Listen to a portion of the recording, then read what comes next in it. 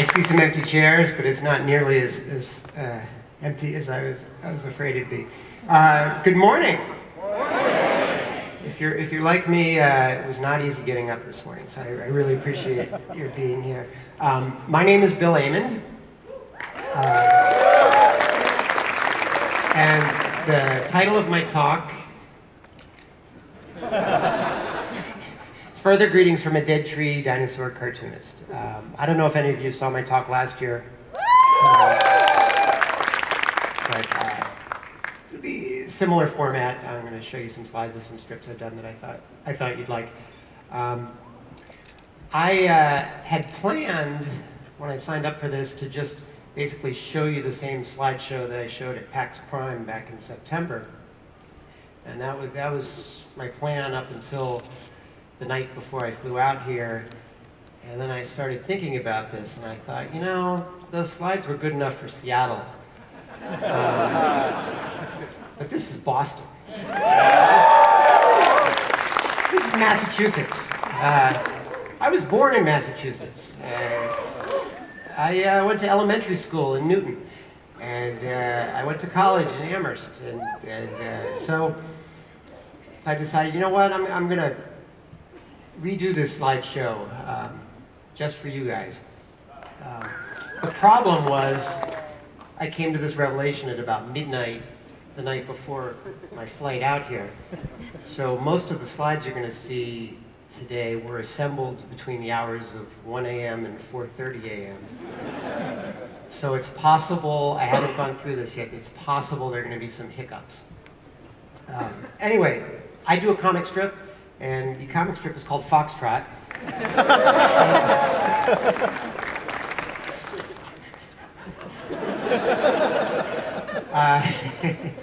Do a comic strip called FoxTrot, and it runs in these things called newspapers.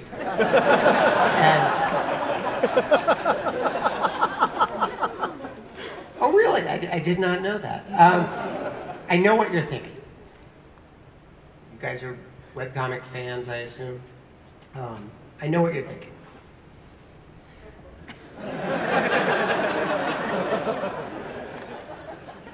You have to keep something in mind. I'm a little older than many of you. And when I was first starting out and fresh out of college and thinking, you know, I'd like to try and do a comic strip, computers weren't like they are now. They looked something like this. And modems were more or less like this. And so it did not occur to me that I should just sit on my hands and wait 15 years for the internet to come around. So started out, you know, I got a deal to be syndicated. FoxTrot started in 1988, which was a while ago. And I did it for about 19 years. And then I made a decision in late 2006 that starting with 2007, I would stop doing daily strips and just do the Sunday strip. This was, you know, tough decision, but I thought it was necessary. And since then, I've been doing Sundays only, building up my website. So I feel sort of like I'm a web cartoonist. You know, my website's run by me. It's a little WordPress site. You know, if I forget to upload stuff, that's it. There's no syndicate to blame. But people have asked me, you know, why would you give up the dailies? And there are a lot of reasons, but I thought I'd share with you one that I think is somewhat plausible. This is a Pearls Before Swine strip that my friend Stephanie Pascas did when I announced I was cutting back. It says, "So why'd your creator quit?" And the mom from FoxTrot says, "Well, he says in the press release, I want to pursue other interests and explore other media platforms." And I like the little drunk Quincy down here. Blah, blah, blah, I want to play more video games. He's not even hiding it. There's a little truth to it. It's not too much. But for those of you who missed the dailies, I missed them too. But my message to you. I'm sorry. And to share how sincere I am, there's a little sad face. And speaking of apologies, if you did come to my talk last year, I owe you an apology for something that I showed you there as well. I showed this, I was going through my background as a gamer, trying to establish that I am in fact one of you. And one of the slides I showed was this is my original D&D set from back in high school. Complete with the nerdy little label that I put on there because the box wasn't clear enough.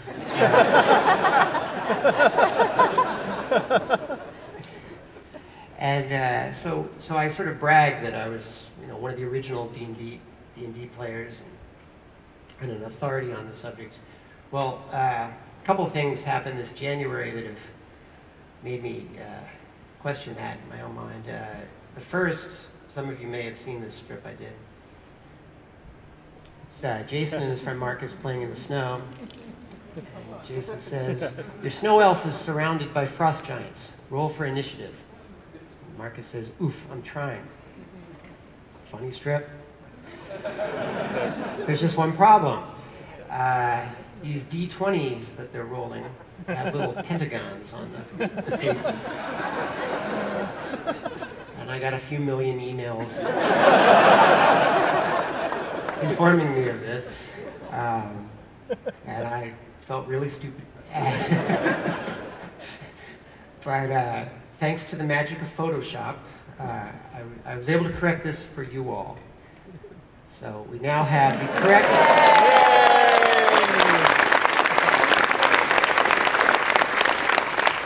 version, and I'm sure that should this strip ever end up in a book, no one will ever know that I messed up. I'll use the fudged version. But that was only one thing that happened in January to make me question my D&D prowess. The other thing was I got a particularly strongly worded email about a strip I'd done years and years ago, and see if you can spot what the problem is. It's Paige and her brother Jason, or Paige and Peter, and Paige is yelling, "Jason, come in here and tell me about your Dungeons and Dragons characters. And don't generalize either. I want to hear every last detail. I like to make vacation days drag on as long as possible." Good call. "So then after all that, the robe of plus 41 enchantment didn't even fit my orc mage." Straight, normal joke. But I was told there were some problems. So you won't be able to see this, I'm sure. But let's see what Ben RF has to say. The subject line's great. Go and learn how to play D&D or something. Don't get me wrong, I love your strip. But, you know it's coming. You make or made frequent mistakes in your descriptions of D&D. The biggest offender has to be, quote, "And after all that, the robe of plus 41 enchantment didn't even fit my orc mage." 3 mistakes here. 3! 1, plus 41 in D&D is like a $3 million raise in real life. Way too high to happen, unless you're the best paid person on earth. 2, didn't even fit. Doesn't work. It specifically states that the thing... Wait, I should have brought my reading glasses. I guess I can walk around. It specifically states that fitting isn't a worry unless it's a whole size category. Magic items are assumed to fit by default as part of their magic. Unless the robe was designed for a giant, it fit. And 3, nobody would make an orc mage unless they were out of their mind. Mage-type classes pretty much rely on intelligence and or charisma, and orcs don't exactly have surpluses of those. Go do your research for once. So Ben RF, I am sorry. I won't do any more D&D jokes. Maybe 1 or 2.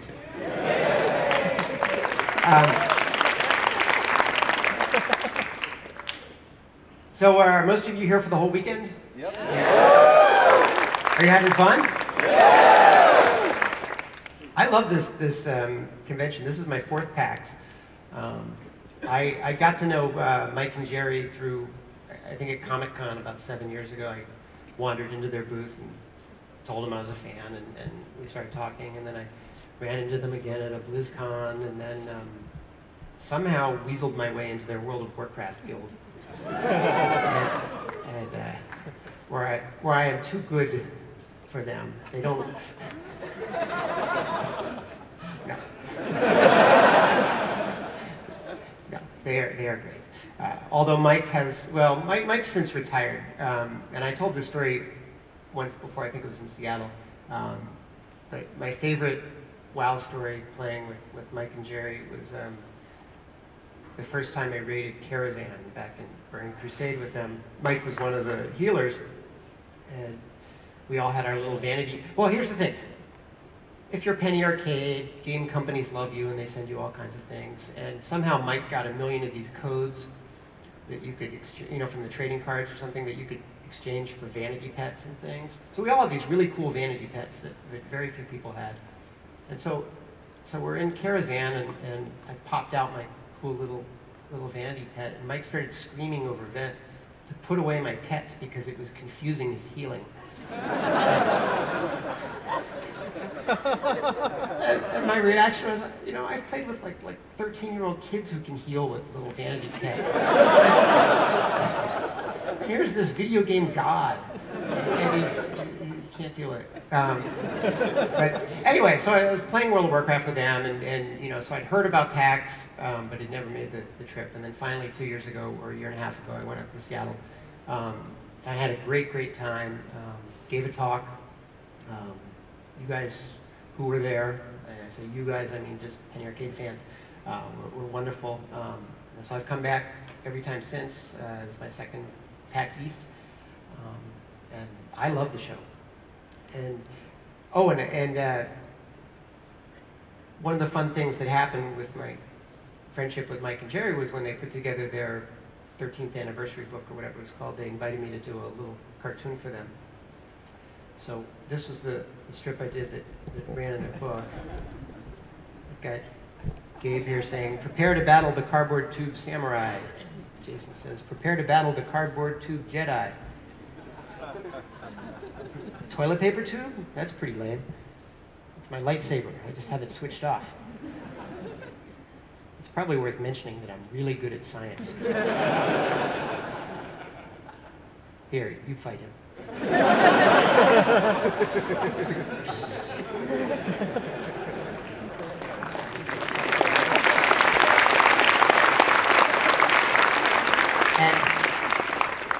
And the first PAX I went to was the year where everybody got sick.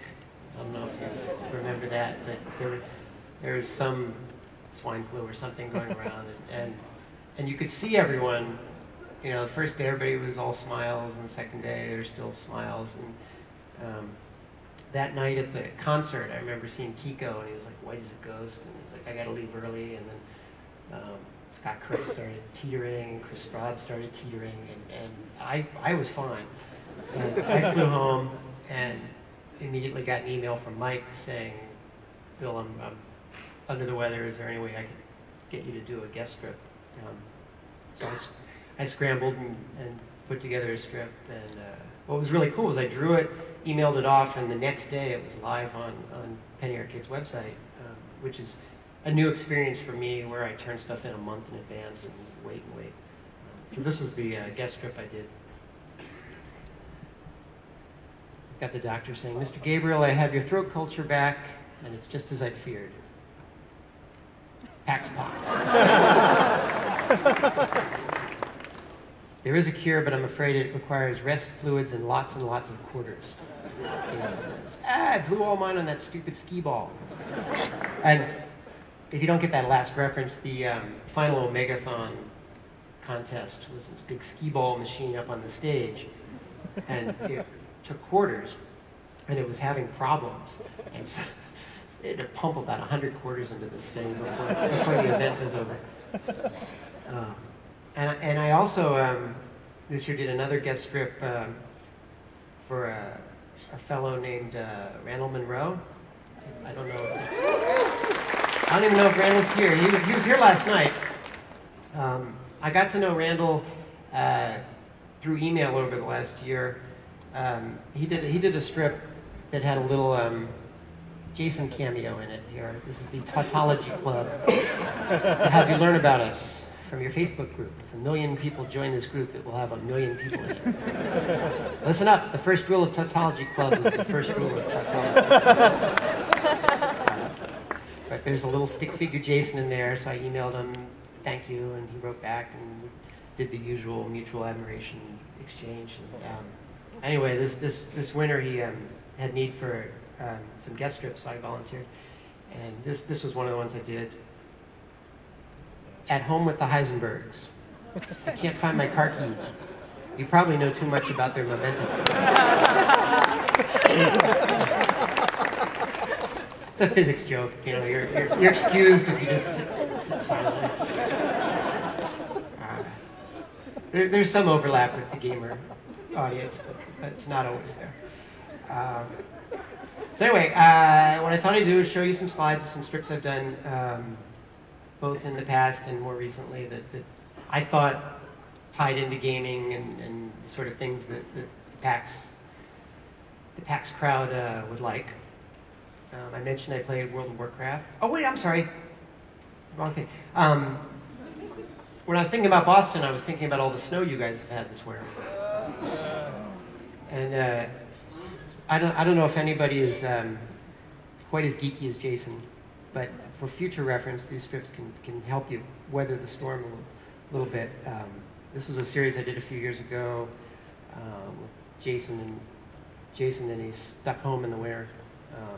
So Peter starts out with Peter talking to his mom. Where's Jason? I'm making him play outside. He needs to learn to have fun without video games. So I did a whole week of strips of Jason having fun without video games. How many points do I need for an extra life? I think it's 1,500. How come I'm always Luigi? Okay, you can be Mario next time. Sorry, Tron, your light cycle is no match for mine. Phooey, how do I de-res? The asteroids need to move faster. Try it. Awesome. And then this one was my favorite, this next one, and I am surprised it ran in newspapers. Dang, they keep falling off.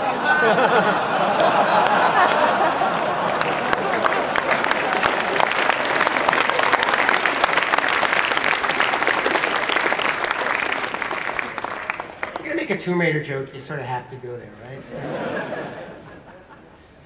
Okay, now I get to the World of Warcraft stuff. This was a strip I did before Christmas a few years ago. I thought you said you were Christmas shopping. I am. You're playing World of Warquest. I have a lot more money in the game than in real life, so I figured I'd do my gift buying in here. Think Dad would like this cloak with plus 20 fire resistance? You're insane. What do you mean? Have you ever watched him grill hamburgers?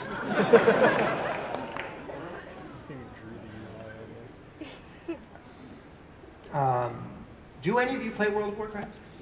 A few? This past summer, fall was sort of the closing period for the Wrath of the Lich King expansion, and so the final boss was Arthas, the Lich King, and when you killed him, you got a title, Kingslayer, and I was in a guild that had got to him but could not kill him, and I was feeling the clock ticking, because the Cataclysm expansion was due to come out, and I really wanted to get my title. So I channeled that into a strip. You know, one of the things you learn to do when you have a game problem in a job like mine is you rationalize. Okay, I'll play a lot of World of Warcraft and call it research. You know, but then once in a while you do have to write about it. You know, keep your wife off your back. So I did this strip. Got Jason here saying, would it be okay if I bought 9 computers with your credit card? Excuse me? The new World of Warcraft expansion is coming out soon, and I still haven't killed the final boss. I'm like the only guy on the server without the King Squisher title. It takes 10 players to beat him, so I figured I could wire 10 computers together and then do it by myself. Why can't you just do it with 9 other people like you're supposed to? This is my favorite panel. My endless Chuck Norris jokes have made me something of a pariah in the game. They've tapered off, but there was a while where all the chat in World of Warcraft involved Chuck Norris. Baron's chat. They have a new quest with him. Have you seen that? Yes.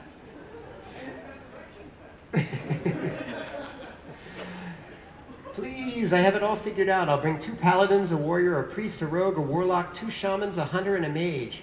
You're out of your mind. Good call. I forgot a druid for battle races. Why is my Amex card missing?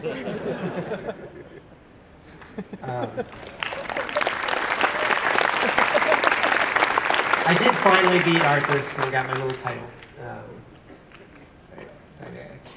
And then, being a Mac user, I do have a certain fondness for Blizzard games, and Blizzard makes another game that just came out this past year. I don't know if this will be familiar. You made me a dentist appointment for Tuesday? This Tuesday? What's wrong with Tuesday? That's when StarCraft 2 comes out. I have it pre-ordered and everything. You can't pull me away from playing SC2 on its first day. At least let me wait until my fingers start bleeding. A 1-hour break won't kill you. You don't understand. I've been waiting 11 years for this game, Mother. 11 whole years. How is that possible? You're only 10 years old. I started waiting while I was in the womb. In Jason's defense, some of his baby kicks did feel a little like impatient foot taps. Hi, I'm calling to change my son's appointment. Please don't ask why.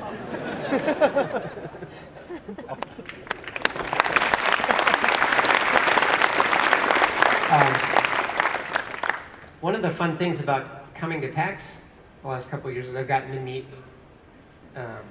some of the other people who speak here and all, and I got to know Paul and Storm a little bit because they put us in Bandlands together, and they were really nice, and they invited me to be a part of this Woodstock thing that they're doing. And so I did a show in Chicago a year ago, and then I did 2 shows in Texas this past fall. And for the Texas shows, we did one night in Austin, and then we drove 3.5 hours or whatever it is up to Dallas. And so they were assigning our cars, and basically it seemed like everybody jammed into these 2 cars, and then there was Steptoe by himself. Bill, you go with him. So it was me and Mr. Microsoft Xbox Live for 3.5 hours alone in the car. And I got a little worried that I had done this strip years ago. A fatal exception, 0E, has occurred. Ah! The current application will be terminated. Ah! Press any key to continue. Here, take it all, just go away, please. I wish I'd thought of dressing as a blue screen of death.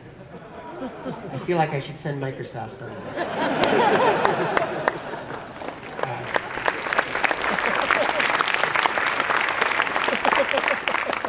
Steptoe was great. He even had an iPad with him, so he clearly is not.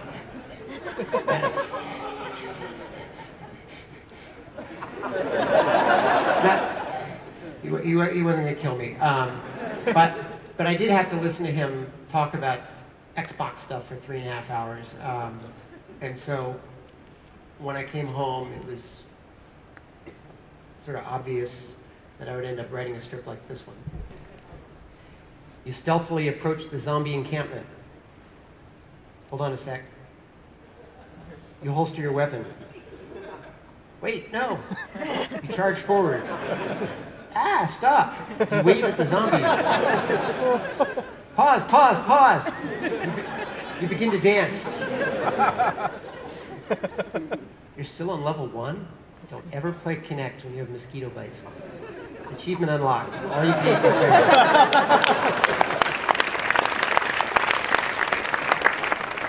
I do wonder how that works, though.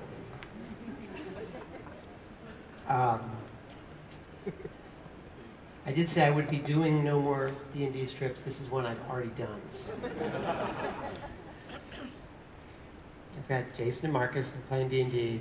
My dwarf opens the door. You see a room filled with flames. And in the middle of the flames stands a 30-foot tall Balrog. Roll for initiative. That's not a Balrog, it's a corn bloodletter from Warhammer.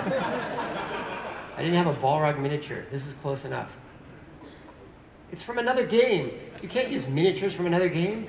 Look, the dungeon calls for a Balrog in this room. What do you want me to do? Ride my bike 2 miles in the rain to the toy store just so you can look at the correct miniature for a fight that'll last maybe 3 minutes tops? Purists can be a real pain in the butt sometimes. Balrog, nope, all out.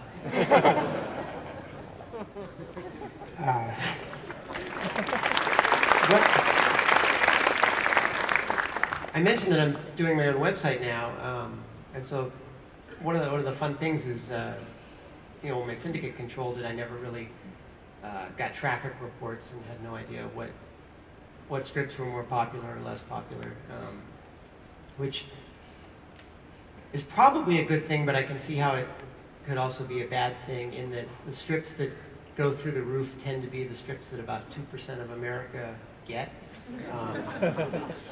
But I plucked a few of those that have done particularly well, you know, on Reddit and blogged about, and I thought you might enjoy seeing some of these. This one, last summer, I was kind of brainstorming, what am I going to write about, Oh, I should have the family go camping or something. And like, okay, well, I've done a million camping jokes.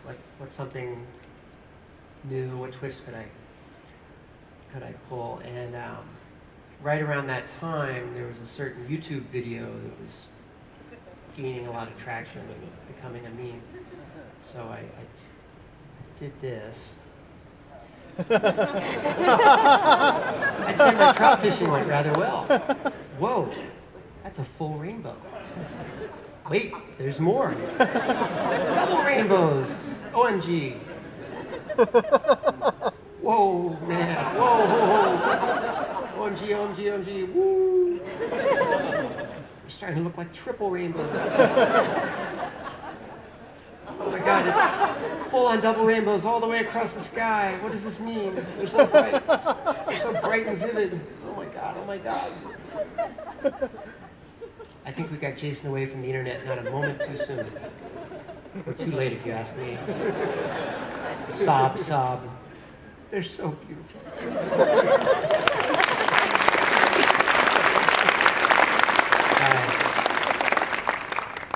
Two things about that strip. The first was I had to watch that video 80 million times to kind of write down all the dialogue to get it right because I knew everybody would be emailing me if I did something. And the second was my brother-in-law.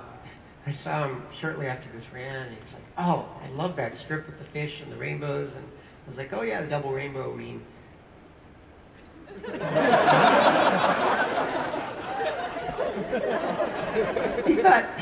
He just thought that being away from the internet made Jason lose his mind.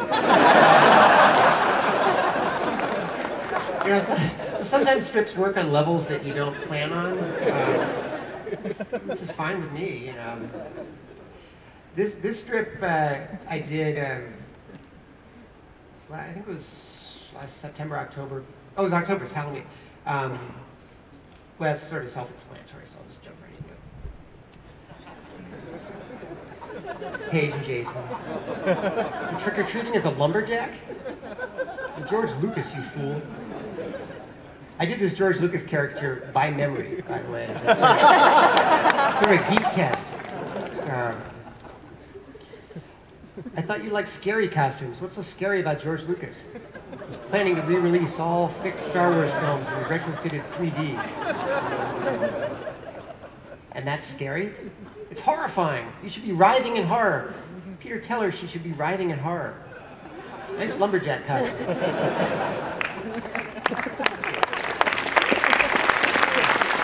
That sort of sums up my life as a geek, you know, all these things that drive me nuts. It seems my wife and other sort of normal people.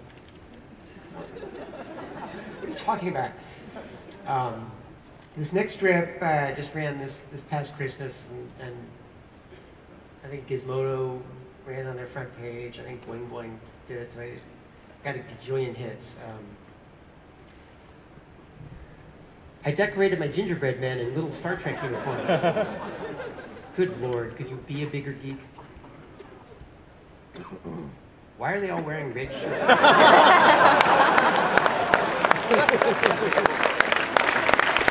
You get it, right?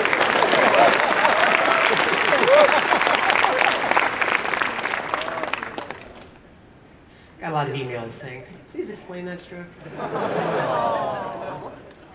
Either loved it or you just like. I thought what I'd do here for my last strip is something I have not done before, and it will probably get me in trouble. But this is a strip that runs in about 2 weeks. So you are getting an advanced strip. But it has a gamer joke, so why not? It's a Scrabble board. Start in the middle here.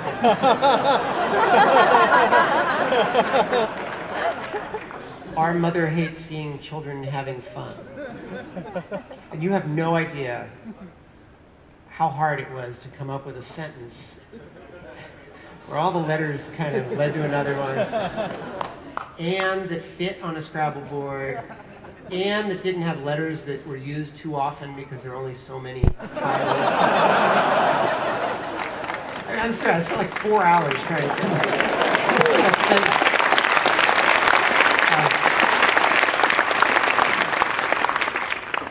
And then it goes to this.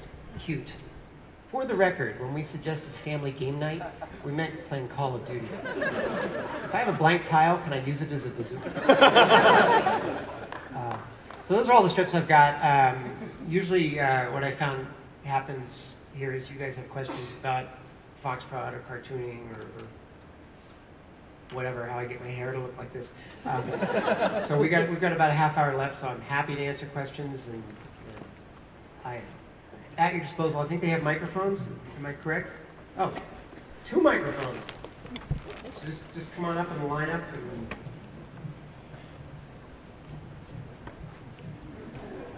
we'll start. Is there... Hi. I was wondering after this weekend's keynote if Jason is going to be quoting anything to his mother.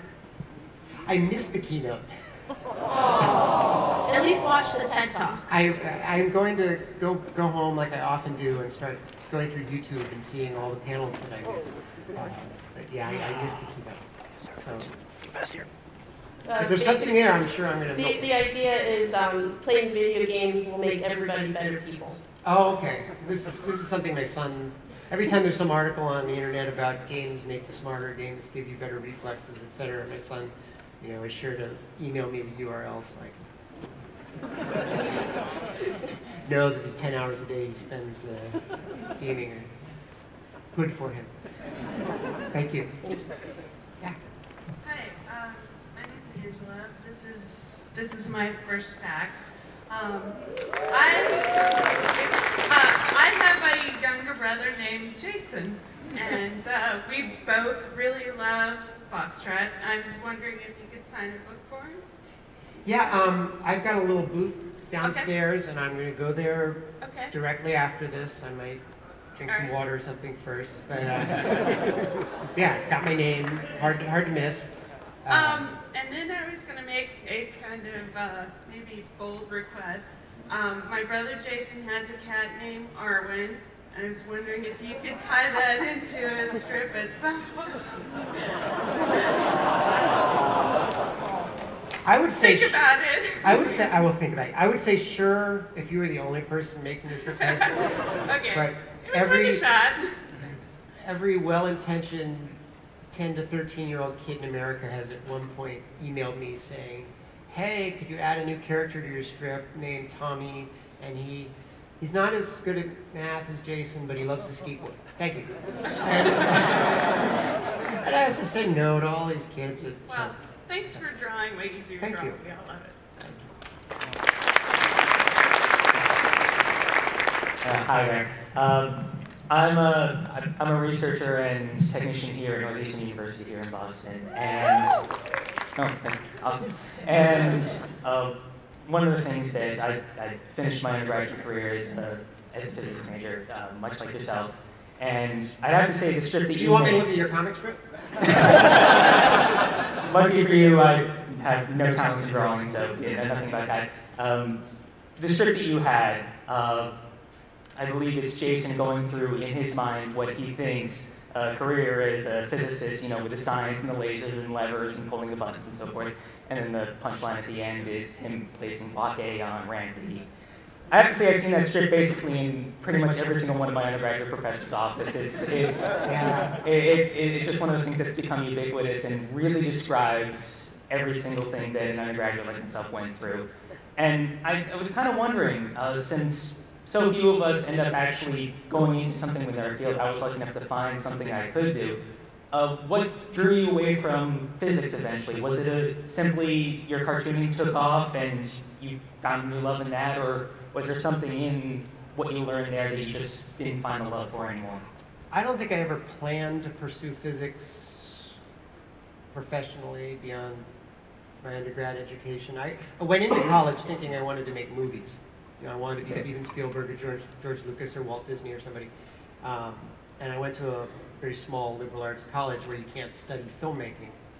And so my freshman year, when they said, well, what do you think you're going to major in? I said, theater. And I took two drama classes and realized I do not fit in with these exhibitionists who tend to be, actors and actresses. So then I thought maybe I'll be an English major, and then I realized how much reading you had to do. and I took a physics class spring semester of my freshman year, and I was always really good at math, and I always liked word problems, and physics is essentially endless word problems, and I loved it, and I was good at it. And we did get to play with lasers and things. It wasn't Star Wars or anything, but so I ended up majoring in it, but I never really, it was always sort of my backup plan. Like if filmmaking didn't work out, and then I always drew cartoons for fun, maybe I'll do a comic strip. If that didn't work out, then I could think about maybe being a computer programmer or something, but I never, I started to panic my senior year. You weren't alone. I got this degree in physics, and I'm not going to grad school. And what do I do? Good luck to you. Thank you very much. Yeah. Hi, I'm Tom. This just kind of popped into my head when you were doing the slideshow. I just had to ask. Did you come up with that lumberjack joke, after you drew Jason dressed as George Lucas? Was like, hey, he kind of looks like a lumberjack in that shirt. Yeah, my writing process is sort of weird in that I write everything out on a legal pad, and I might draw stick figures to sort of figure out where people are, but there's not a lot of detail there. And when I have the bulk of the joke worked out, then I start drawing it. But often what happens, and I think probably happened in this case, is once I'm drawing it, I get other ideas. And so I start tweaking the dialogue a lot. But I have a feeling the initial nice lumberjack costume was already there. Because George Lucas used to always wear these flannel plaid shirts. I don't know if he still does. Hi, I'm James. I'm a big fan. And I was wondering, when you went from the daily comics to the weekly comics, if your creative process changed at all? If it got easier or harder or anything like that? It's different now because it's once a week, so I can't use a storyline to sort of help me out. In the old days, sometimes I did, 7 standalone jokes each week. Sometimes I would find one theme or story and milk that for the whole week. Now everything's a standalone joke. So it's a little more challenging in that sense. It's also harder in that I'm only working on the strip 1 or 2 days a week. So there are about 5 days where I forget how to do a comic strip. And so typically what happens is I have to turn the strip in on Friday afternoon. So usually Thursday I try to write the strip and then I'll draw it Friday morning. But usually Thursday is spent going, I don't remember how to do this. Maybe I'll go mine some ores in Warcraft for a while. They'll come to me. So that's probably the hardest part, is just going in and out of the job. I have to kind of remind my brain how to come up with jokes. Cool, thank you. I was wondering a couple of things. First, is there any particular inspiration for the character of Quincy? And how often do you get emails saying, I don't get it? Quincy came about way back when I was initially designing the strip, and I was thinking, oh, I should give the family a pet. I started drawing a dog, I think, and realized that was going to be too much of a pain in the neck to incorporate into the strip. I need a simpler pet, and I also thought a dog was too ordinary. We got a lot of, like, For Better For Worse had a dog, and so I started thinking about what kind of pet would the family have, and then I focused on Jason. I thought, well, maybe it's Jason's pet. He's sort of a geeky little kid. He would probably have a cool pet. I was thinking maybe a tarantula, a snake. Ooh, an iguana would be pretty cool. And what I liked about it was I always drew dinosaurs and frogs and things when I was 10, 11 years old, Jason's age. So this is a fun way for me to, as an adult, revisit the stuff I used to love to draw when I was a little kid. The challenge with Quincy, though, is he doesn't talk, so it's hard to get him in the strip too often because he's sort of a passive character, unless he's chewing up pages close. And the second part of your question was, how often do I hear from people saying I don't get it? Yeah. Not that often, because I try really hard when I write the strip, even when it's a joke that I suspect people won't all get, to at least make it sort of understandable what the point of the joke is. So, maybe 3 times a year there'll be a strip where I'll get a massive, like the Star Trek cookie one. I got a gazillion letters. And then once I email people back, they're like, oh yeah, I should have known that. So then they feel like it was their fault, not my fault. I try to write clearly, but there's a balance. I don't want to water things down too much for everyone, so everyone can get the joke, because typically that kills the edge, or makes it too watered down. All right, thanks. Yeah. I actually have a 2-part question about the future. 2 of the other geek cartoonists at the end of their career released kind of an anthology of everything they've ever done. Have you put any consideration into doing that with all of your work when you decide to wrap up the strip? And the second part, with your new kind of focus on technology and the internet, have you considered doing it digitally? Because those anthologies are huge. I could probably answer both of those sort of. I do get emails from time to time saying, is there ever going to be a complete FoxTrot?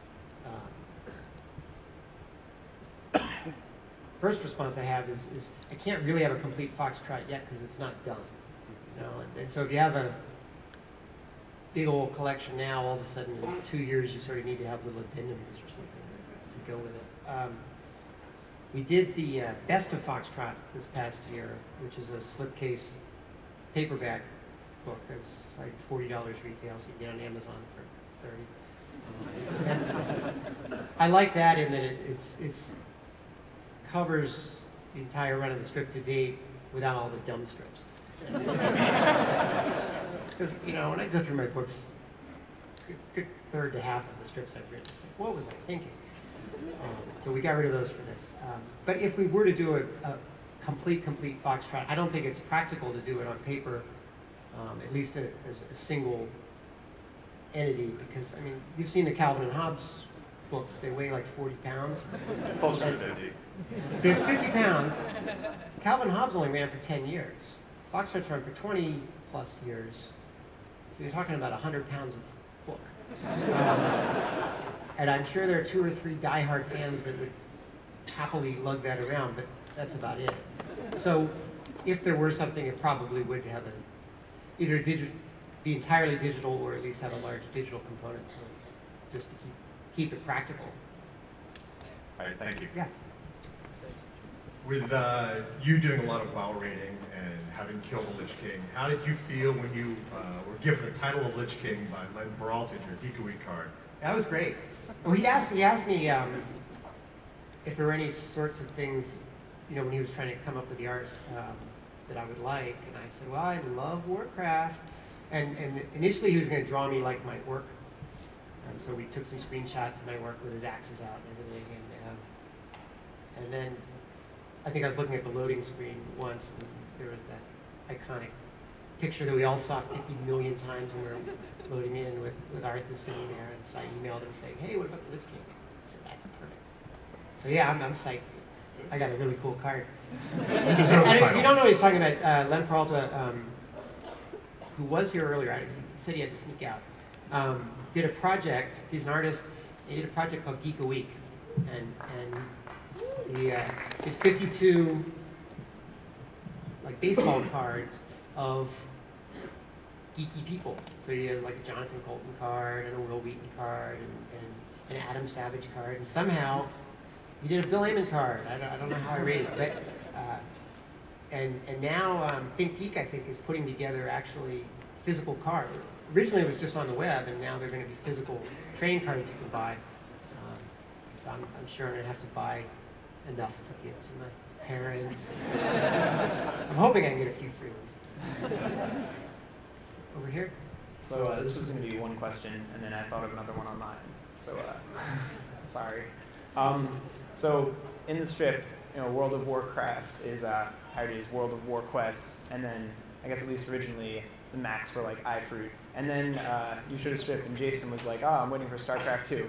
So I was wondering what the reasoning is behind doing the parody versus the actual name. Yeah, I make a judgment call when I'm writing it, whether I don't have any problem using actual brand names if I feel I need to.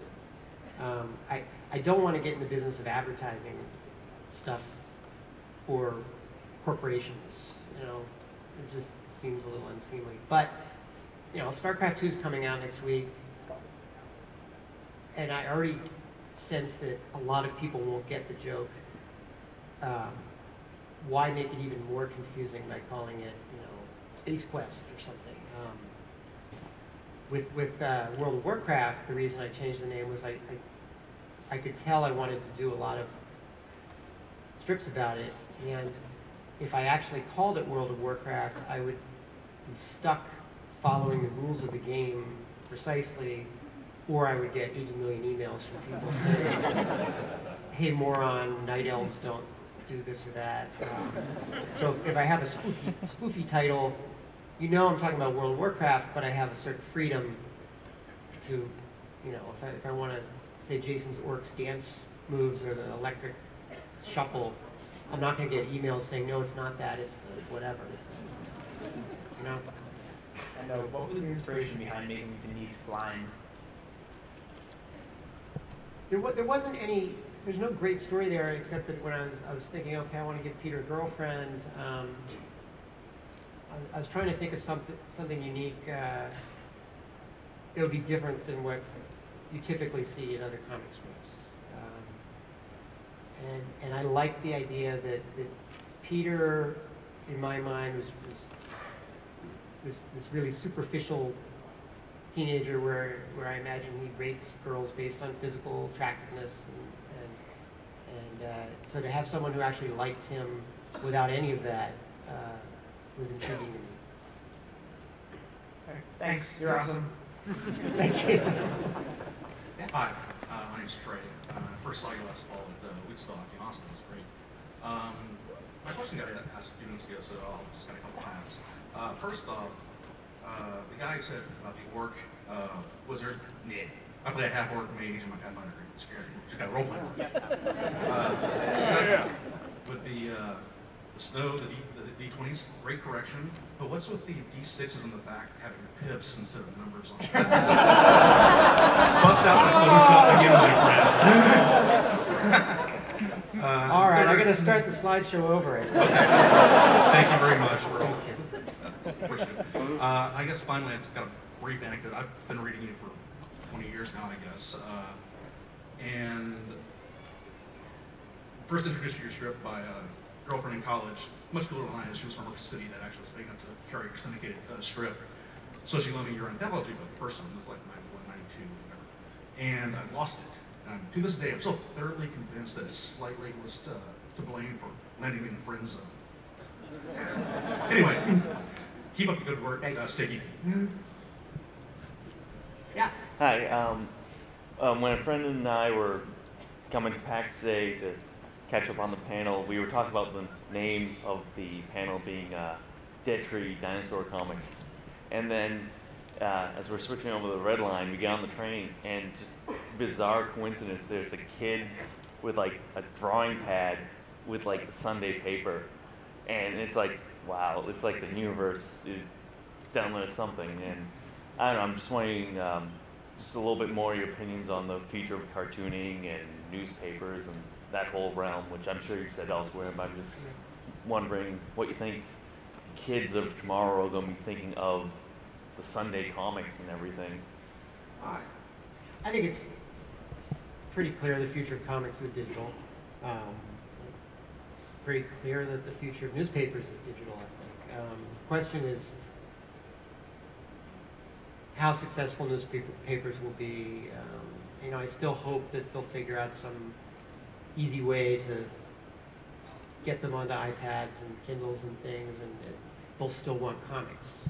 The one thing I do take comfort in is I do have faith that people like comics. You know, kids love reading comics.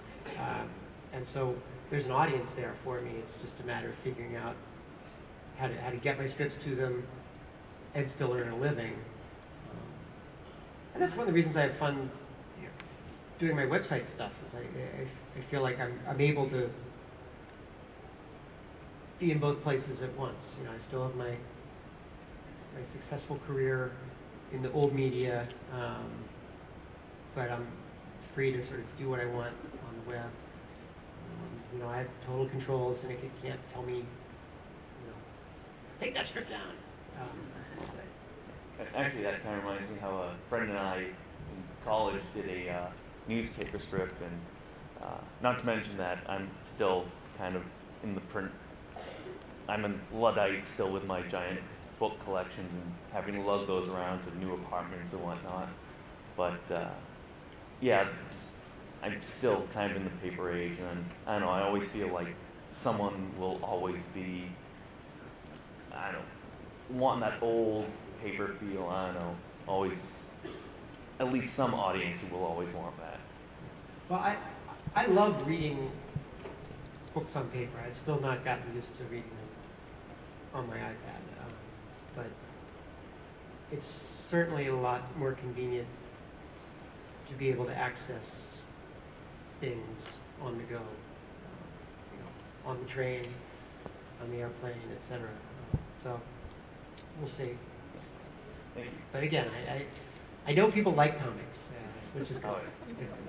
Oh yeah, it'll just evolve and change. Thank you. Two-part question. So first, have you received any pressure from your syndicator or newspapers to take the ship a certain direction or to reverse direction? No, remarkably, no. My syndicate, and I don't know whether my syndicate is unique. When I started, there were about six big syndicates. Now there are 2.5 big syndicates. But the syndicate I'm with, Universal Press Syndicate, now called Universal UClick, they are the only syndicate that's family-owned, privately held, so they don't have corporate masters to please. And editorially, they've been great. They do Doonesbury, they do Calvin and Hobbes, The Far Side. They never had those more generic titles. And you know, once in a while, I'll do a strip that crosses a line in terms of good taste, but I understand why they're saying don't do it. But they've never said, hey, do more mom jokes or do more school jokes. Okay, part two. Are you selling merchandise down at your van land? I have probably about 10 books left. They sold pretty quickly yesterday. And I've also got little 8x10 prints I made that sell for $5. Sign them. Thank you. Yeah. I have a simple suggestion about the Dungeons and Dragons strips. If you ever get complaints about them, simply explain that you have house rules. My question marks had already got answered about whether or not the syndication ever interferes. So I always thought it was fascinating when I saw the peanut strips that got banned. So if your strip ever ends, I'd love to see if anything ever didn't make the cut. Yeah, no, As embarrassing as it could be. I've never done any really taboo strips. You know? I think early on I realized where the line was. And so while I'm coming up with ideas, I'll mentally, oh, forget that idea. It's too obnoxious, too risque, fart jokes are out. Well, thanks for coming. Thank you. So we've got a couple minutes left, so, well, I guess enforcers will tell me. Balance the enforcers. I also saw you at Woodstock, Austin, and I was really excited to hear that you were going to be here again. So first of all, thanks for that, because it was fun. That was fun. Yeah. And I have to ask you a question at the risk of making myself sound like a scary stalker girl. I follow you on Twitter, and I see that you tweet a lot about, oh good, everyone's gone, I've got the house to myself, and I can watch my Bruce Springsteen DVDs now. So I just want to know, what's your favorite Bruce Springsteen song? Oh, God.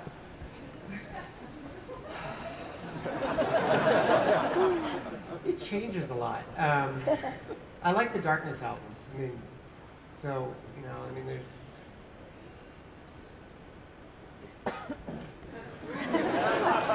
I'll come back to that. The song I like that he never plays is the New York City Serenade from the second album.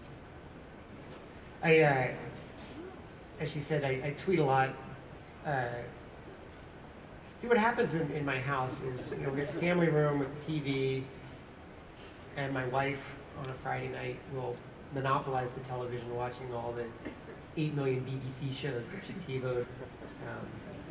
And so I'll be stuck cooped up in my little office with the computer. But I got these amplified speakers for my computer, so I just sit up there and watch Springsteen YouTubes. I start drinking.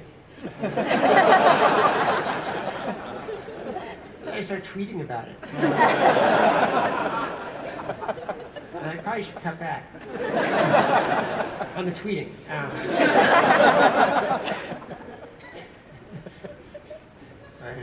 Yeah, so that's where that comes from. Thank you. Okay. Hi, I don't know if you can hear me all right. Couple of questions. First of all, have you ever considered making a Quincy plushie?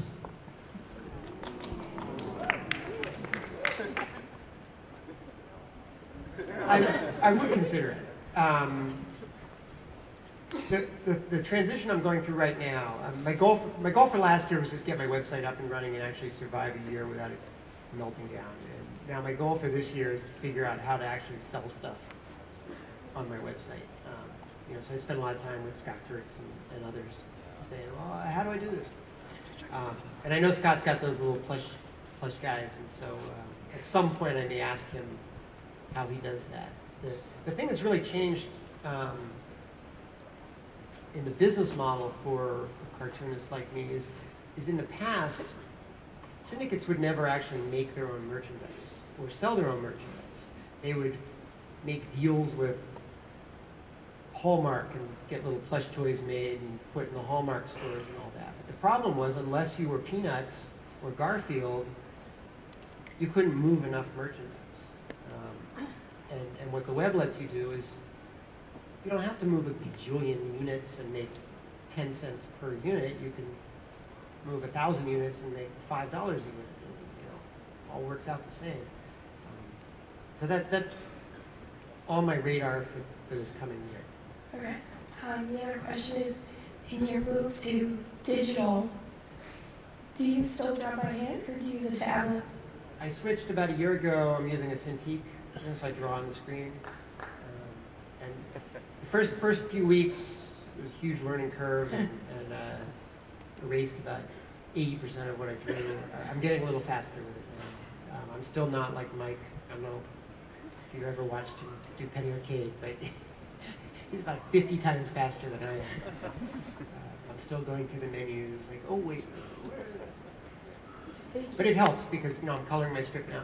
In the past, I never colored the strip myself. I would just photocopy the original artwork and then scribble colored pencil colors on it and then write code numbers that corresponded, and then somebody else would then digitally color it. But now that I'm doing it digitally, it's not a lot of extra work to then slop in the colors. Thank you. Hi, my name is Jenny, and I'm a cartoonist too. I wrote a tiny little comic called Engineer, and I was wondering if you had any advice for kids like me who want to grow up like you. How often are you doing your cartoon? I've been doing it for 3 years now. I update Monday, Wednesday, Friday. Okay. I've missed like maybe 2 over 3 years, so. Try to stick to that schedule. The 7 days a week did not work well for me. Write about stuff you like. You know, try and write strips initially. You know, I go through sort of a stage where I'm coming up with a joke. Does it make me laugh? And then if it does make me laugh, then I ask myself, okay, well, is it going to make anybody else laugh? And then usually it's sort of a mixed answer in my brain. It's like, okay, well, of the people it will make laugh, who are these people? Do I care about them? You know, what will my parents think of this script? You know, but initially, you know, write for yourself, because it's not a hard job in terms of, you know, physical labor or anything like that, but it's emotionally pretty tough at times, because unless you're Superwoman, you're not going to be inspired every week. You know, there are going to be a lot of weeks where you're just, I do not have any funny ideas. And so the more appealing your script is to you, the better. That'll keep you going. But Thank you very much. I love your work. We done? You guys are great. Thank you.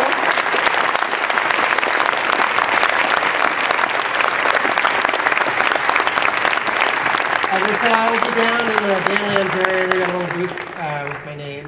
Enjoy the rest of your Sunday in PAX, and thank you for coming.